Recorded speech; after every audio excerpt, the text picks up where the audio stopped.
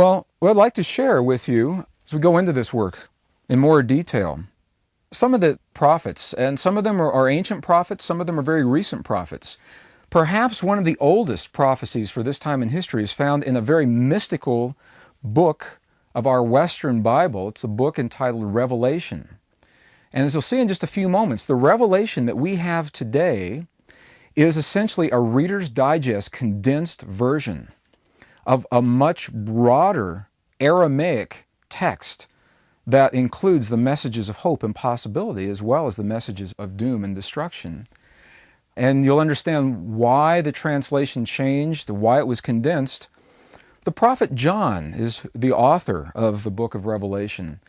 And John shares through the Aramaic traditions that in a dream he asked to see what would become of the people of this world. And in the dream, he was taken from his time ahead of our time and shown all the great possibilities of war machines and destruction. And he describes them with such detail that it's hard to imagine that he could have simply made them up in pre-biblical times because they so accurately describe the war machines and the destruction that we've seen today. He was shown a book that had 7 chapters, 7 seals, and as he touched each chapter open before him, he witnessed the possibility where the people of this world, of this time, had turned their backs on the forces of nature, where we had turned our backs on what they call the angel of the air, the angel of the wind, the angel of the earth, where we had harnessed power and used it for destruction instead of production. And John was heartbroken when he saw this. He was in tears and he fell to his knees before those who were showing him this. And he said, "Is this the only possibility? Is this all that we have to look forward to?"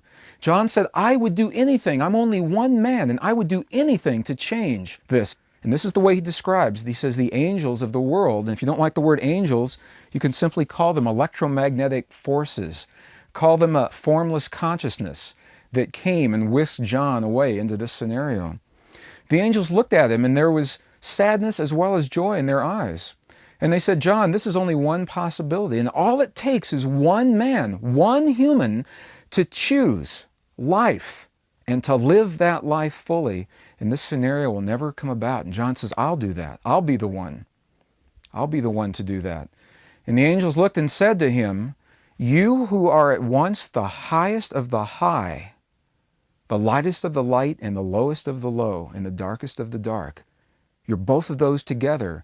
It's for you that heaven and earth were created so that you may know yourself and love on a level deeper than any angels have ever loved before."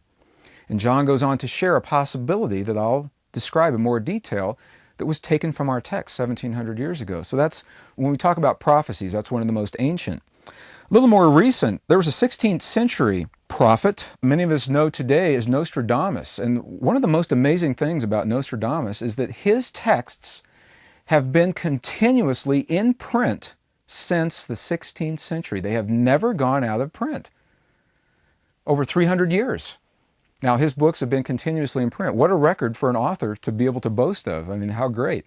But books have been around for 300 years. Nostradamus' prophecies are a little nebulous at best because he writes in terms of what are called quatrains. And they're very poetic. So there's been a lot of controversy about them.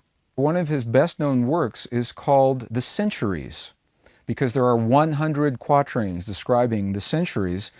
And what scholars do agree upon is when they've backed in the dates into the scenarios that he's talking about, 1988 appears to be the beginning for Nostradamus of a window in time that extends into our time, 1988, a window in time where we may expect to begin seeing these great cataclysmic changes in our world. More recently, a prophet of Edgar Cayce. I know many people are familiar with the works of Edgar Cayce. It was known as the sleeping prophet because he would essentially go into a trance as he shared his information. And although he came about it from many different perspectives, some of Cayce's prophecies were so precise in their languaging. For example, he predicted that 1998 would be the beginning. It would open the window of a period of time where Earth would see such great change, geographic change, that we would never recognize our Earth again, as well as change within our bodies.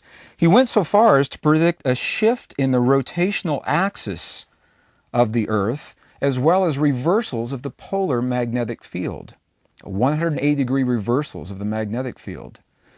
Now, our scientists have gone back in the geologic record, and we know there's a precedent for this. Earth's magnetic fields have flipped 180 degrees. What used to be north became south, and what used to be south became north. Earth has seen that at least 14 times in the last 4.5 million years. We've seen that happen. We've never seen it happen with 6 billion or so people living on the planet.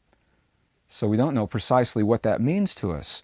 And even more recent prophets, such as Gordon Michael Scallion, some of you are familiar, I know, with his newsletters and his work and the maps of the world that he's created, describing what he sees. And I believe that Gordon Michael Scallion is a heartfelt being that is sharing to the best of his ability the visions that he's seeing in a given moment and doing his best in the only way that he knows how in that moment to share that with people so that they may prepare themselves, possibly averting some of these experiences. Gordon Michael Scallion sees great geophysical changes, the great inland sea that we saw during the Cretaceous period of Earth 300 million years ago, 350 million years ago. In his visions, he sees that once again as the Great Lakes are connected with the Gulf of Mexico.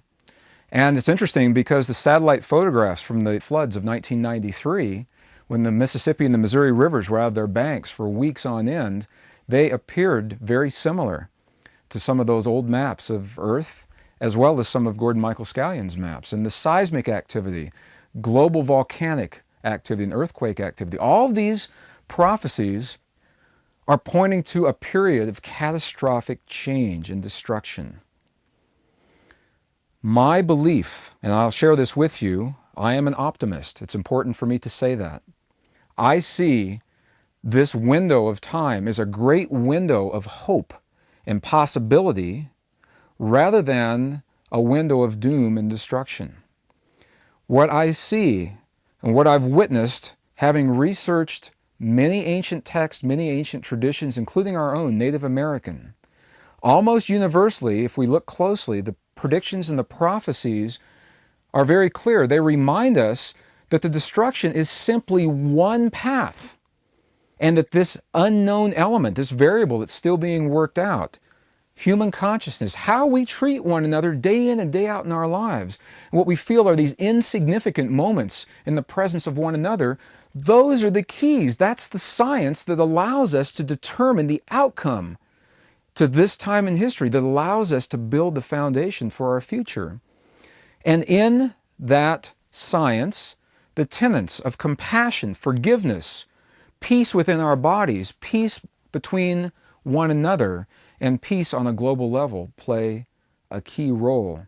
And we're reminded that peace occurs between individuals before it ever happens between governments and nations.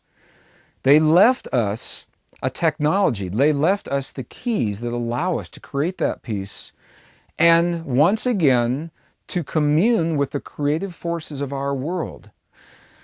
So as we're moving into this body of information, the reason I am so passionate about this now, that I'm sharing this now, is because if we're ever to embrace the greatest possibilities of what it means to be human, if we're ever to allow for our greatest potential to be expressed in life, this time in history, at the shift of the ages, the close of the millennium, the 0-point moment, this is the time to call back to us, to reclaim the inner gifts of technology that have always been our heritage, and to create what we choose to create from this point forward, to become peace, forgiveness, and compassion in our world now, because that is what we carry across as the living bridge into this time that we call the new millennium.